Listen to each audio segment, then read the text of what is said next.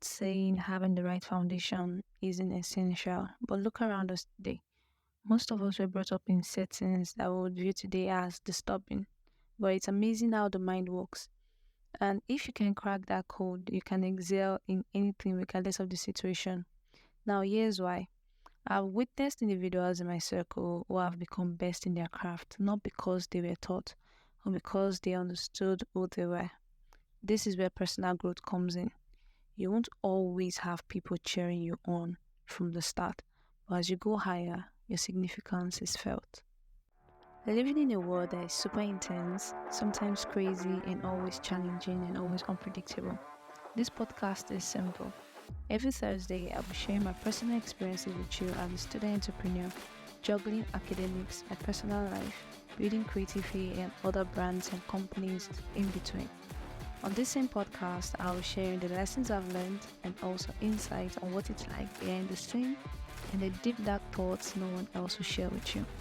This is not scripted and this is often on top of my head. This is Rebuild and Evolve.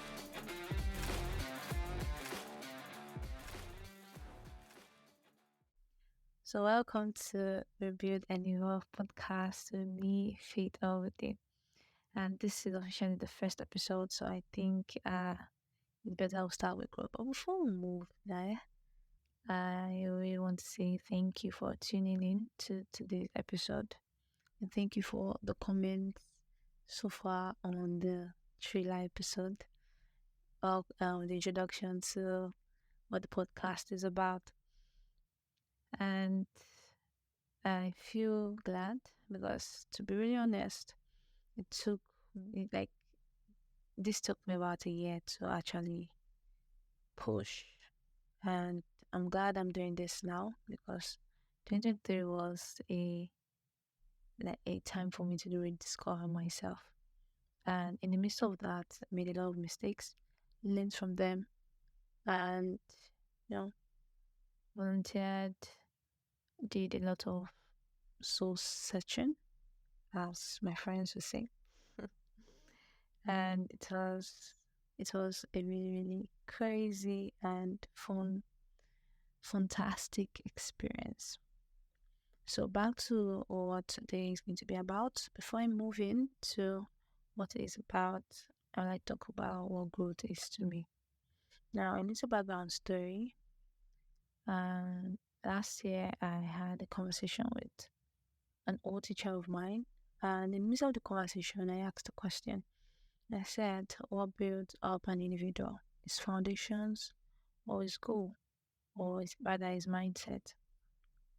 And he said, to the foundation of that individual. And I gave his reasons using my story as a point of reference. A little girl from a middle class family of 6, and I have 3 siblings.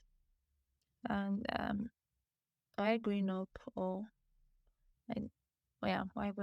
I didn't get to start school on time because of my inability to speak, and it was a tasking experience for my parents because they were worried. And still, they put me in school, and I didn't start school until third term, and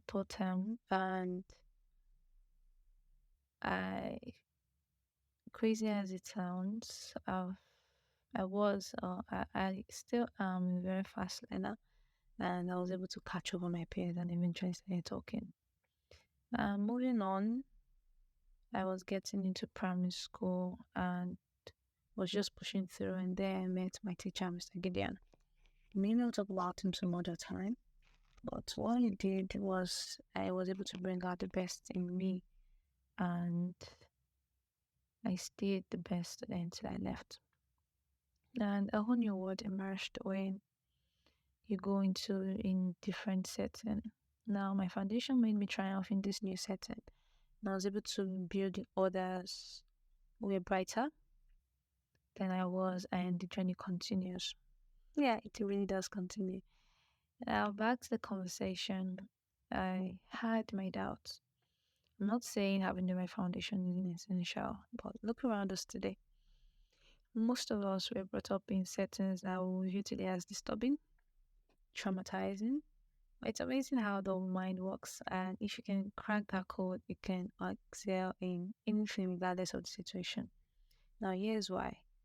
I've witnessed individuals in my circle who have become best in their craft, not because they were taught, because they understood who they were. And this is where personal growth comes in. You won't always have people cheering you on from the start, but as you go higher, your significance is felt. Your foundation will matter if you don't work for the change you think you deserve. And the beauty of this is the fact that before you act, you envision it. Now, life to me is a journey filled with opportunities for growth and transformation. And one of the most profounding ways you experience this is through the act of sacrifice. Now, I made a post on LinkedIn about a week back, and I talked about I talked about immense sacrifice. Now, when I mean sacrifice, um, when I mean sacrifice, I believe that everybody has different perspective to what sacrifice is to them, making the right sacrifices. Now, we often think about it as giving up something valuable. But what if we reframe our perspective and view sacrifice as an immersion into something greater? Now, living in a world that is intense, sometimes crazy, and always challenging and always unpredictable, I've come to understand that sacrifice is not about giving up trivial pleasure like your weekends, like that soap opera that you've always wanted to watch, or that football match that you're looking forward to. Now, sacrifice is about fundamentally transforming your life and steering it in a direction that's far different from what you think it is. And it's about enduring years of uncertainty, pain, and immense loneliness. It's about losing relationships with people you deeply care about and the inability to form new ones because you're too consumed living your entire life in your head. Now, this is what sacrifice is to me. I'm not saying that this is the real definition, but I'm just saying from my own perspective. Now, these are the sacrifices that I've made and I'll continue to make as I juggle my role as an entrepreneur and as a student slash volunteer. Now, as I climb higher, my reasons for these sacrifices evolve. I feel that it's not always about me, but building others. It's no longer about me. I believe it's a responsibility for others to build themselves. Now, because it demands more sacrifice, but because it demands more sacrifice, yes, it definitely does. But it's easier than before because of the impact it brings in return. Now, sacrifices to me now has become part of my journey towards personal growth and making a difference in the life of others. And it's an enjoyable ride. Like, I sit down to actually think about most decisions I've made in trying to improve on myself daily or just say weekly. And in the early stages of my journey, I've made the pact with myself that I was ready to give up all that I was to become the person I aspire to be. Now, a question that lives rent free in my mind that keeps echoing: how badly do I want it? Now, this led me to sacrifice being very sociable, having fun, to going into complete opposite direction, living isolated and mostly in my own space. Like I could actually find comfort just being in a secluded area, you know, just me, my thoughts, and the things I love to do.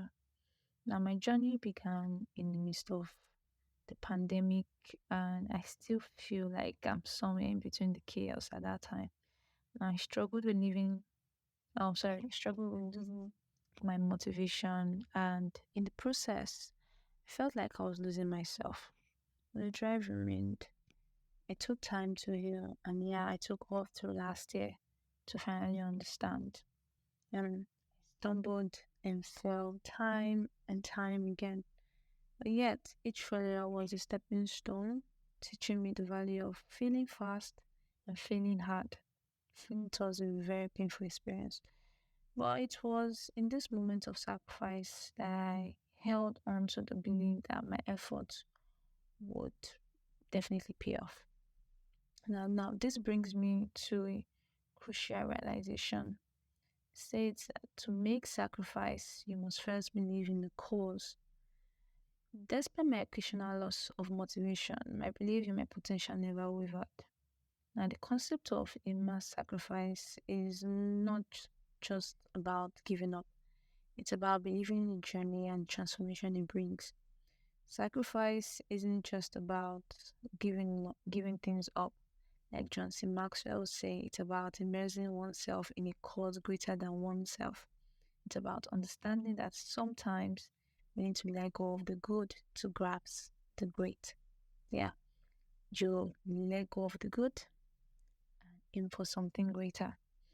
Now, as you nurture your personal growth or your company, something I've experienced with creative fee, you must learn to navigate the unpredictable chaos. The uncertainty can be a significant source of anxiety. Believe me, each day presents you with a mystery. You could receive a rejection mail. Those are lovely love letters. Have your contract terminated or experience a personal loss. I know I have, and I've encountered these heartbreaks numerous times in my journey. Now, receiving an email that makes you question everything can be devastating, but when you do, you must find the resilience to continue moving in the right direction. I recall a weekend when I received a rejection letter. I didn't open it because what was the point? I had no plans, no desire to do anything. Yet, living this uncertainty and constant anxiety has become a part of me.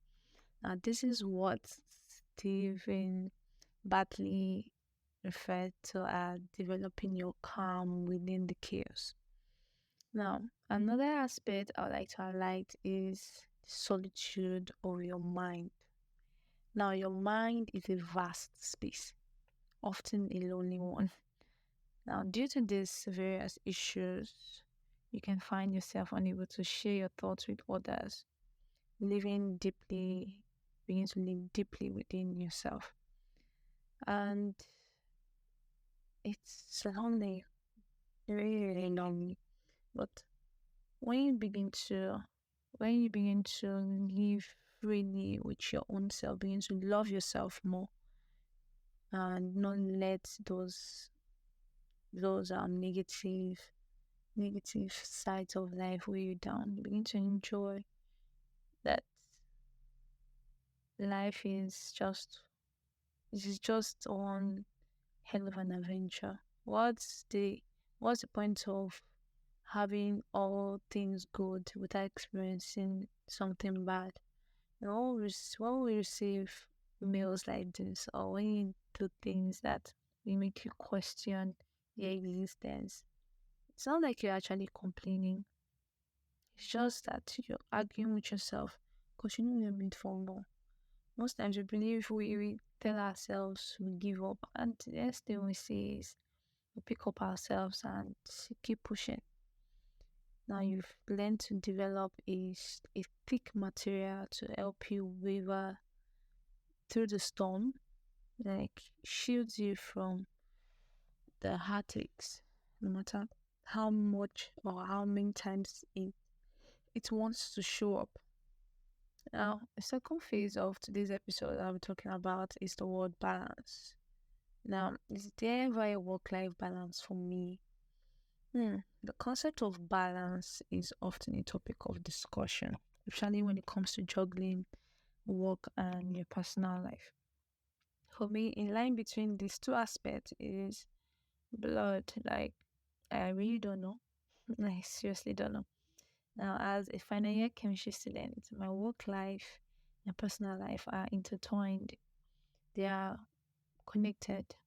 I really don't know if I actually have a work life balance because it for me I just believe it's one like they're just the same. My work life is my personal life because I've come to love what I do, regardless of the heartbreaks. I might lose my motivation, but I'll always come back to the drawing board to make sure that it becomes better. And I'm passionate about what I do, and this passion is a significant part of my identity. However, I often worry that this might send the wrong message. I am more comfortable working behind the scene, dedicating my time to learning and reading rather than attending meetings which I find unproductive. Now, the traditional notion of balance doesn't quite fit into my lifestyle, but instead, I believe in creating time for things that I love. Now, this might not look like the conventional idea of balance, but it's a form of equilibrium that works for me. Now, it's about prioritizing and making time for what truly matters. In the end, balance is highly personal and different for everyone. Now, what matters most is finding a rhythm that aligns with your values and also contributes to your happiness and fulfillment. Now, this unconventional approach to balance might seem daunting, right? To some, I'm actually expecting that. But the idea of merging work and life balance, of immersing oneself so deeply in a passion, might seem like a recipe for burnout. But it's important to remember that this is a personal journey. Your life is your life. What you define balance as is what you feel comfortable doing. For me, I believe my work life is my personal life because I love what I do, right? And also, balance is understanding your own limits, your own needs, and your own aspirations. It's about recognizing that sometimes the things we love can fuel us in ways that rest and relaxation simply can't. Simply can't, not at all. Now, moreover, I also understand that balance isn't a static state. It's a dynamic process that changes with our circumstances, our goals, and our growth. So, if you find yourself struggling to strike a balance, remember that it's okay to redefine what balance means to you. It's okay to immerse yourself in your passion, to prioritize your dreams, right? And also to create a life that may not seem balanced to others, but but feels just right to you, makes a lot of sense to you. It doesn't matter what people say what balance is. People will say it's okay to have a work life balance. It's okay to not mix your work life with your personal life, something that speaks to you. But the question now is what if what you are working or what you're building on is something that you're actually passionate about? It's something that you can spend your entire day or your entire free time doing or working on. Now, what would you call that balance? To me, I would, but I don't understand. I don't know for others. So it's a free country, I believe. It's a free world. Now, it's like I said, it's okay to immerse in your passion, to prioritize your dreams, to create a life that might not seem balanced to others, but just feels right to you. After all, the goal isn't to achieve a perfect balance, but to create a fulfilling and meaningful life. And sometimes that requires us to blur the lines a little. Just let things play. As long as you enjoy what you do, you already find balance. And today's episode is what I call sacrifice and balance.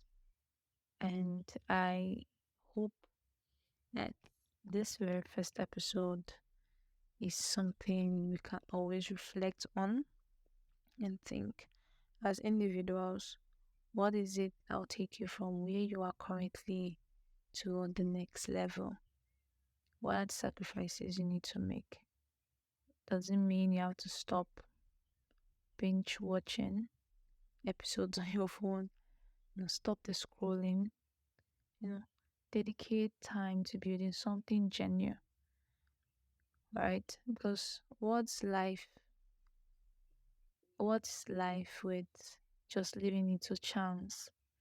You wake up every morning and you just want life to play out just the way it is.